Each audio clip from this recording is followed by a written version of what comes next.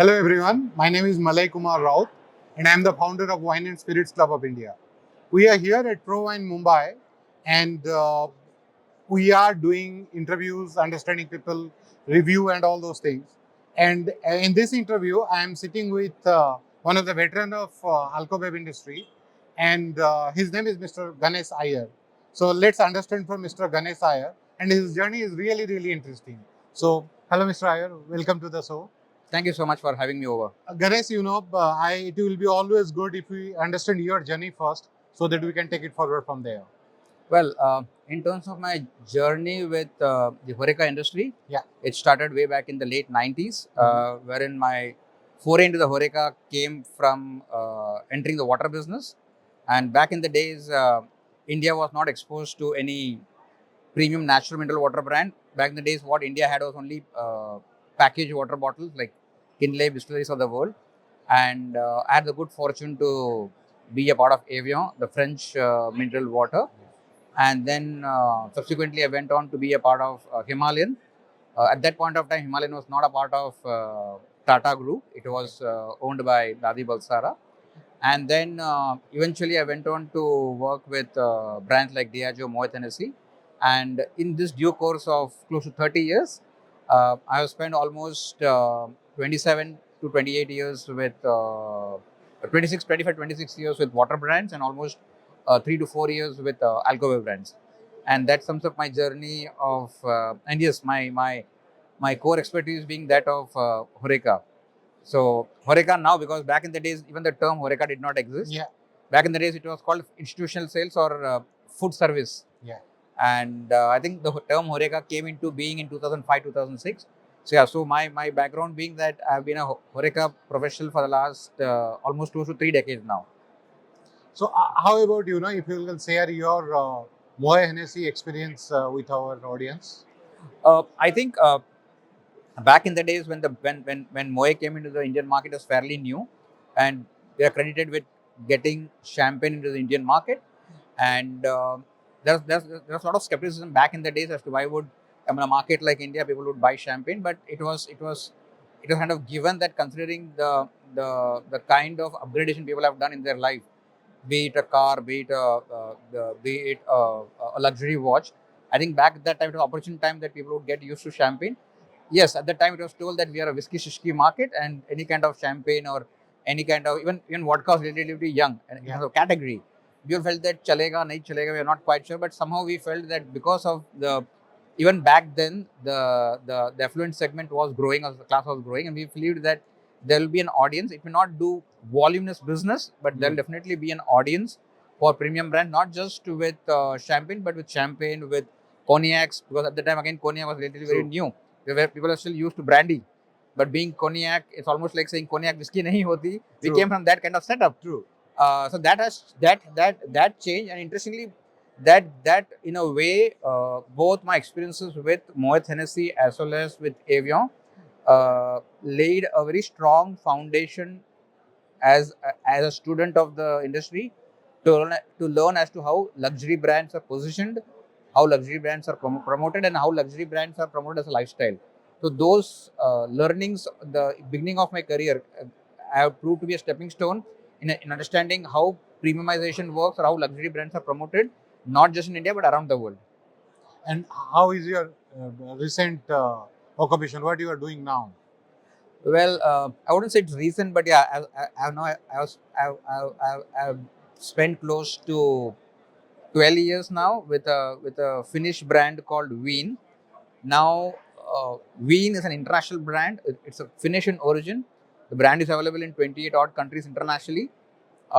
We are nicknamed as a Michelin star water because some of the finest Michelin star restaurants use VEEN internationally.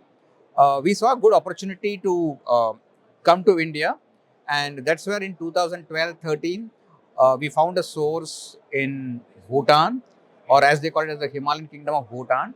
Now, a lot of people do say that India में पानी नहीं मिला क्या आपको? So the whole idea with Bhutan is that Bhutan is the world's first and only carbon negative country.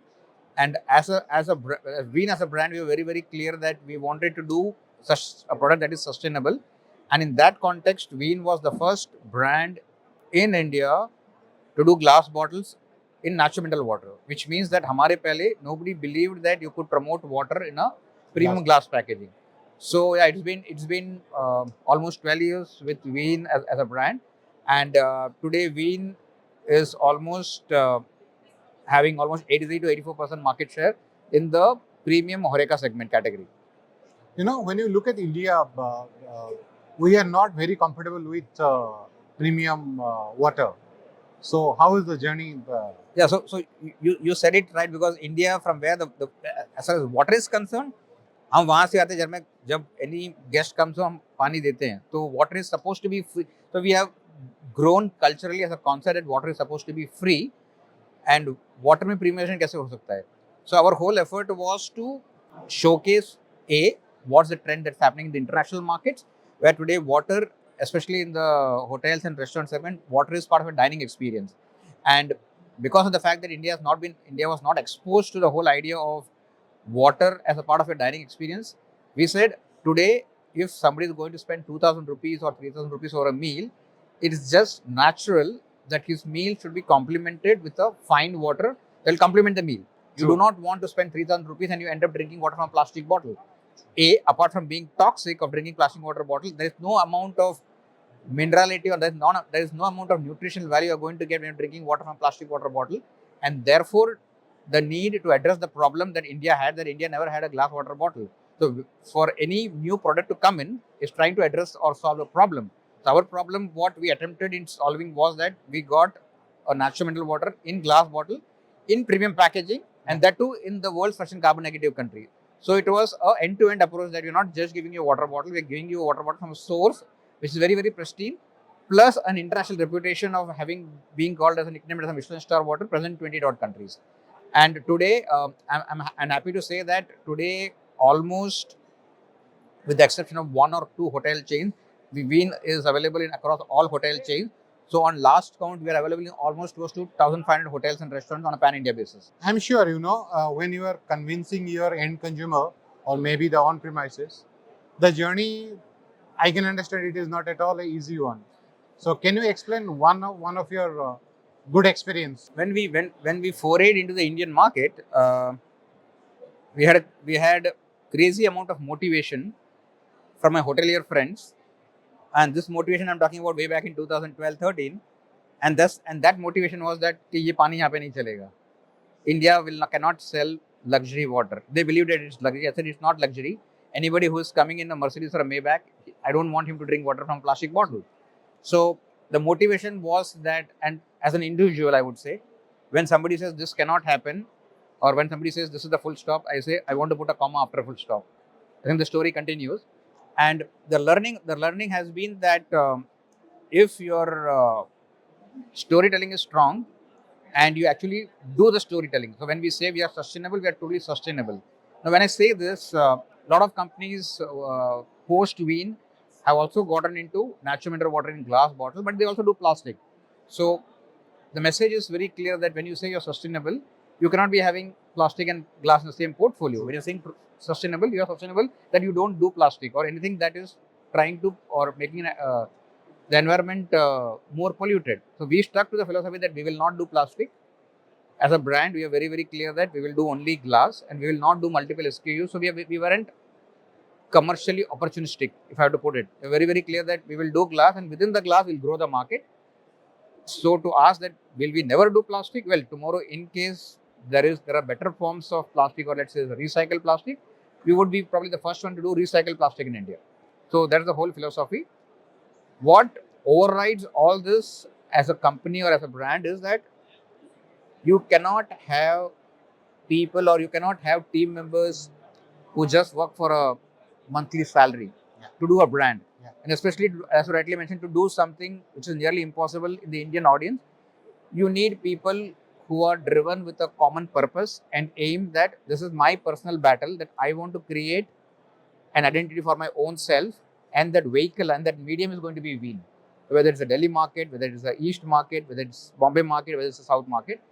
We have a team of members who have been there with us for last 10 years.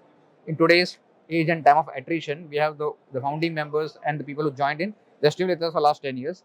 And they're very, very clear that it is their life's mission statement that we want to make this as a India's #1 lifestyle brand. We are not competing with water brands. We are not competing with X water brand.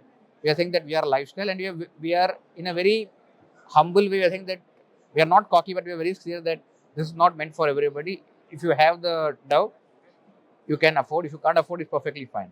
So in that way, and if I will say that in the world of plastic water bottle, don't you think it is lot about awareness? So one of the reasons for the brand's success in India in the hotel and restaurant segment, I would say, okay, let me rephrase it. I think we would be probably the only beverage brand in India who is obsessed with education and training. Okay. On last count, in my own 13 years of 12 to 13 years experience, I would have trained at least 18,000 associates on water. Wow. And which means that each of my key account manager or my regional sales manager, their KRA is that they will have to initiate at least 2 trainings per week. Okay. 2 trainings per week. Imagine we are 20 people, and Okay. and that includes me as well. Okay. So we are a training obsessed or education and awareness obsessed organization, because if I don't educate my hotel associate, he is in no way able to explain that why are you charging me 300 rupees for a bottle of water. True. So the audience needs to be justified that agar main 300 रुपए दे रहा हूँ पानी के लिए, it is worth every penny, and that can happen only when my target audience, which is my hoteliers and restaurants, they are qualified enough with knowledge, with conviction to pass on that knowledge to the end consumer. Then he is convinced. It's like when people say that India is a price sensitive market. I always say that India is not price sensitive. Any city, whether it's within the Indian market, somebody says Goa is price sensitive, somebody says Hyderabad is price sensitive, or somebody says, Nashik is price sensitive. Your price sensitivity is directly proportionate to what you say and what you offer. If you say that you're going to offer a Mercedes experience, then you have to give a Mercedes experience. True. When you don't give a Mercedes experience, then it becomes price sensitivity. True. आप बोलते कुछ हैं, कहने और कथनी में अगर फर्क है, then your audience will never be there. But you're very clear that I promise you a Mercedes experience. I'll give you a Mercedes. I will not give you a Mercedes-like experience. I will exactly give you a Mercedes experience only. True. Mercedes experience or Mercedes-like experience, दोनों में बहुत फर्क है. I think that's where we have done our bit, right? That we are even today, training and education is something which we are heavily focused on, and which is one cause of my observation that of late, which I hope eventually most of the wine companies would start focusing heavily on training and education. Somebody needs to know what is the story behind King George IV. Though the product is available or not, I do not know. People should know King George IV ka story kya hai. Why was the product made? True. It doesn't matter just because it comes from the Johnny Walker family. That's not the story of it. Like, it's not a given, oh, it's a Johnny Walker or something as to what is the story behind Grey Goose. True. Everybody knows it's a luxury, but when did Grey Goose started? What is the story, and why did it become a cult? True. So that storytelling, if you don't do that storytelling and just put it as a nameplate conversation, then sooner or later, local brands, which is happening, will True. Take you over. Exactly. So, how's your journey with ProWine? I would say we've been there with ProWine since from the beginning. I think this is the 5th edition that we have been. ProWine Mumbai. ProWine Mumbai. Yeah. It started from Sahara Star, I think, back in the days, and today is the 5th edition. And the reason for us, because as a brand, we are I wouldn't say we're very choosy. We are very clear that what is it that we will do or what kind of association we do.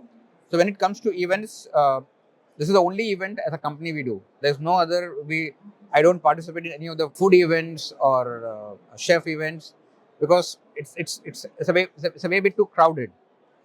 When you come to ProWine, you'll get top of the notch players, and the sheer experience of being in ProWine, and probably because of the fact that we've been there for very long, we see a sense of refinement I have not personally witnessed in my 30 years of career in any of the trade shows, industry exhibitions.